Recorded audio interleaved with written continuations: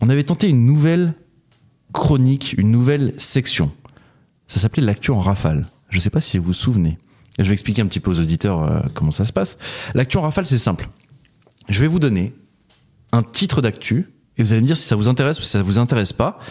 Et je vous donnerai l'actu en question. C'est pour faire une petite revue de presse, un petit tour d'actualité des choses qu'on aurait pu louper cette semaine. Est-ce que vous êtes prêts, messieurs ? Prêt.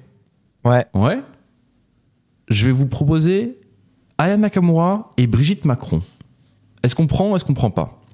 Vas-y, je suis curieux, moi. Ando est chaud. Zach ? Ando va dire oui à tout, donc je dis oui. Ando va dire oui à tout. Non, parce que pourtant, c'est un dos que je surveille un peu et là, je vois pas ce dont il va parler, donc... Ah ! Moi, Ando, je veux bien que tu dises non à une actu. Vas-y. Je veux que tu me le prouves ce soir. En tout cas, je vais attendre maintenant que Zach dise oui, non, comme ça après je me... Ok, je demande à Zach en premier. Très bien, très bien. Tu sais, il passait par moi d'abord, il sait que j'allais dire oui. Donc, quel est le lien entre Aya Nakamura et Brigitte Macron ? Eh bien, écoutez, la semaine dernière, Aya Nakamura a posté sur son compte Snapchat une vidéo d'elle en train de dîner dans un restaurant parisien aux côtés d'Hélène Arnaud, l'épouse du milliardaire Bernard Arnault, et de Brigitte Macron. Et dans un live diffusé sur ses réseaux, la chanteuse est revenue sur cette vidéo devenue virale. Voici quelques citations de la chanteuse. Vous parlez tout le temps de Brigitte Macron, mais moi, de base, c'est avec Hélène Arnaud que je m'entends bien. Elle nous a gentiment proposé à Brigitte et à moi de nous rencontrer au restaurant. Ensuite, on est parti manger, ça s'est bien passé et c'était bon délire. On a bien mangé, c'est tout, je me suis pas senti avec la femme du président. On a passé un bon moment toutes les trois et c'était cool.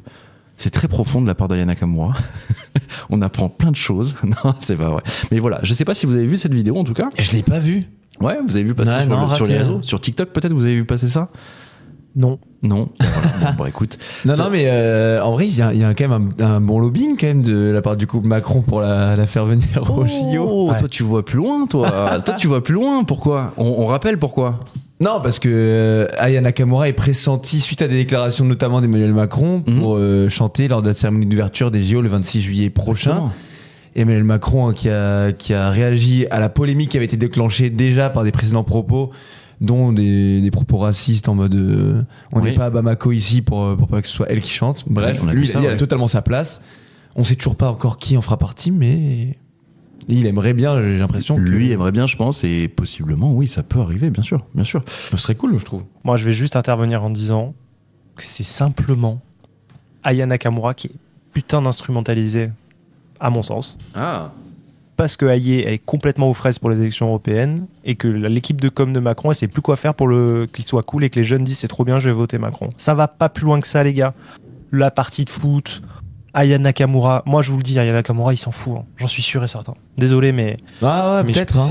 C'est juste de l'instrumentalisation. T'as le droit de le penser, oui, ouais, c'est aussi une possibilité, évidemment. On sait que les Européennes approchent à grands pas et que, oui, la liste Renaissance n'est pas au mieux dans les sondages. J'aime beaucoup Aya Nakamura, mais les Daft Punk à l'ouverture des JO, ça aurait été fou quand même. Ça aurait été fou. Ouais. Bref. Kenji aussi. Ouais, Kenji. Bon, je pense pas qu'il soit trop dispo là. Pas très dispo, Kenji, malheureusement.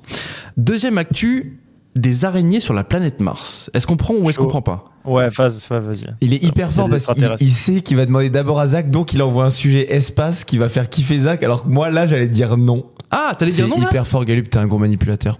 Oui, totalement, bien sûr. Moi, j'allais dire la non. Prochaine ligne sur ton truc. T'allais dire non. T'es un gros mytho. T'allais dire non ? Quoi ? Non, je te jure. T'es un gros mytho. T'aurais jamais dit non. La vérité, j'aurais dit non. Ça vous intéresse pas des araignées sur la planète Mars ? Moi, je suis chaud. Il a dit oui, donc let's go. Ok, bon, bah écoutez. Ce sont les observations de l'orbiteur ExoMars de l'Agence spatiale européenne qui ont donné l'impression que le pôle sud de la planète rouge était habité par d'étranges araignées géantes. Les images de la sonde Mars Express ont permis de découvrir qu'il s'agissait en réalité de panaches de gaz. Je ne sais pas si vous avez vu, en fait, il y a une photo qui traîne. On a vraiment l'impression qu'il y a plein de petites araignées sur la planète. Et en fait, simplement, ce sont des panaches de gaz qui ont cette forme-là. Ce sont simplement des particules de poussière. Tu m'as bien niqué. Ah, je t'ai bien niqué. Bon. T'aurais dû m'écouter, Zach. Ouais. T'aurais dû m'écouter. Tu quoi ? Tu sous-entends que j'ai fait le putaclic et que j'ai mis un titre accrocheur ? Bon, voilà. Bon. En tout cas, non, je vous invite à aller voir la photo. La photo est très belle. Voilà, plein de petites araignées sur la planète Mars. C'est très joli, mais ce ne sont que des nuages de gaz avec de la poussière. Messieurs, prochaine actu, des écouteurs ChatGPT. Est-ce qu'on prend ou on prend pas? Non. Non. Non. Bon, messieurs, on skip. Très bien, pas d'actu. Vous n'aurez pas cette fameuse actualité. Si je vous dis une forme de vie inconnue dans la Station Spatiale Internationale. Oh, encore, Moi, je te crois encore plus. de l'espace? Moi, je te crois plus. Et je répète, une forme de vie inconnue dans la Station Spatiale Internationale. Ok. Alors, tu sais ce qu'il va nous dire? Qu'en fait, on pensait il y avait un être vivant en plus dans la station spatiale. En fait, c'était une mouche qui est rentrée apparemment pendant le décollage. Vas-y, je vais l'écouter ton En actu. fait, c'est un Mais tu bout- vas, c'est un tu vas bout de encore prouver qu'on ne biscuit. peut pas te faire confiance. Ok, Vas-y. C'est un bout de biscuit qu'on a confondu avec une mouche, donc Ok. c'est même pas en fait une forme de vie. Eh, attendez, on fait de l'actu quand Allez, même. vas-y, Parce lance qu'il y a ta quand même demi, un ça veut truc dire. intéressant. Il y a un truc hyper intéressant. Et là, je pense que vous n'allez pas être déçus. On a affaire à une bactérie qui prolifère actuellement à bord de l'ISS. Elle est étudiée par les chercheurs et en mutant, celle-ci a su développer des mécanismes de résistance qui n'ont jamais été observés sur Terre. La bactérie, elle a un nom, elle s'appelle Enterobacter bucgandensis. Voilà, très joli nom. Elle est présente naturellement dans notre organisme sans pour autant causer de maladie. Elle se serait adaptée dans l'espace à son environnement. La NASA explique avoir isolé 13 souches de cette même bactérie. Sous l'effet du stress, les souches isolées de l'ISS ont muté et sont devenues génétiquement et fonctionnellement distinctes de leurs homologues terrestres. Donc en gros, ce qu'ils disent, c'est que on a une toute nouvelle forme de vie inconnue sur Terre qui s'est développée dans la Station Spatiale Internationale. Il y a une mauvaise nouvelle. Attention, et là ça peut faire peur. Ok.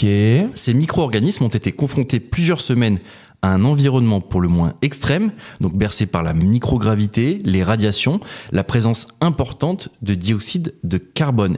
Est-ce qu'il y a un risque pour l'homme? Oui, il y a un risque. C'est de graves infections de sang et une propagation rapide. Selon les chercheurs, cette bactérie se serait en effet propagée de façon significative à bord de la station spatiale. Je vais citer encore la NASA. Pour les occupants de la Station Spatiale Internationale, le risque de prolifération est à prendre très au sérieux. La NASA travaille donc au développement de plusieurs mesures pour éviter la prolifération de ces bactéries sur Terre, au retour donc des habitants de la Station Spatiale Internationale. Ok. Ça me fait pas un petit peu flipper ça, non? C'est badant, ouais. Ouais. C'est carrément Moi, badant. je pense Alors, aux cosmonautes t'es déçu, qui rentrent. T'es déçu ou pas, Zach, déjà? Moi, je pense au cosmonaute qui rentre avec les chlamydia sur Terre, alors qu'il était avec une autre cosmonaute, et sa femme, il va dire: ouais, mais attends, t'as vu cette histoire de bactérie? Oh, la bactérie, elle est folle. Elle est folle, fais attention. Oh là là. J'adore Zach, ce petit mot cosmonaute qui nous rappelle l'Union soviétique. Ah, lui, oui. Ouais. Cosmonaute, On dit astronaute, astronaute, spationaute, on dit astronaute. taïkonaute. Et je crois qu'on a fait le tour. Voilà. Ouais. D'ailleurs, petit point vocabulaire, tout à l'heure on parlait du nom chinois de TikTok. Oui. C'est Douyin. Voilà. Douyin. Douyin. Douyin. Voilà, Voilà, petite c'est info. Très intéressant. Très intéressant. Et ça, c'est badant ton actu. Ok. Messieurs, prochaine actu. Est-ce que vous prenez, est-ce que vous ne prenez pas? Wembanyama va jouer à Paris. Ouais. Oula. Non. Non. Ando? Oui. Ouais, rapide. Rapide. Bon, un peu putaclic, mais oui. Victor Wembanyama et les Spurs à Paris pour 2 matchs en janvier 2025. C'est la franchise San Antonio et sa star donc française qui affronteront les Indiana Pacers à Paris l'année prochaine, les 23 et 25 janvier. Ok, En stylé. fait, c'est simplement la NBA qui délocalise des Ouais, matchs. comme ils font chaque Voilà, année. comme ils font chaque année. Les Paris Games de la NBA. Tu sais où ce Et- sera, dans quelle salle? Et bien justement, Défense Arena ou les matchs devraient se jouer à l'Accor Arena. Ok. Voilà, vous savez tout. Donc si vous kiffez Wemby, si vous kiffez la NBA, vous pourrez aller les voir sur Stylé. 2 dates, donc à Paris. Autre actu, messieurs, si je vous dis un cinéma Omar Sy, est-ce que vous prenez ou vous prenez pas? Non. Non. Non. Bon, bah écoutez, le cinéma Omar Sy, c'est à la trappe.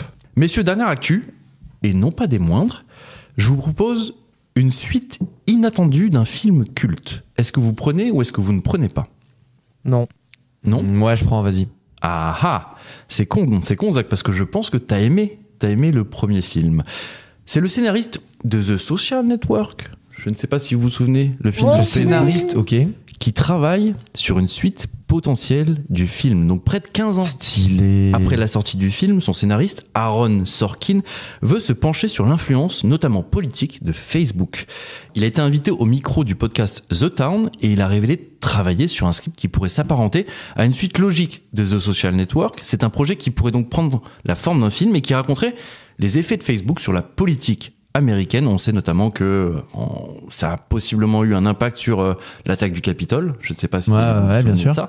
Aaron Sorkin avait déjà évoqué vouloir travailler sur une suite qui montrerait la face sombre de Facebook. Et donc des sources du Hollywood Reporter confirment aujourd'hui qu'il travaille bien sur un projet de scénario adjacent au film. À ce stade, aucun studio n'est encore attaché au développement de ce script. Ça peut être bien ça, une suite. Il était vraiment bien ce film, non ? Signe. Ah ouais. Moi je l'ai vu, figure-toi, récemment. Je sais pas si je l'avais mis dans les recos cette année en tu nous l'avais dit que tu l'avais vu récemment. Je crois, hein. Ouais. Incroyable. Il Comment j'ai pu attendre autant d'années avant de le regarder ? Non, franchement, il est fou. Il est fou. Incroyable. Zach, ça te chauffe pas ? Ça me chauffe grave, moi j'avais adoré. Est-ce que c'est David Fincher qui va réaliser ? C'est ça le problème. Voilà. Est-ce que si c'est pas lui, tu sais qui je verrai ? Je verrai le réalisateur de The Big Short et de Vice.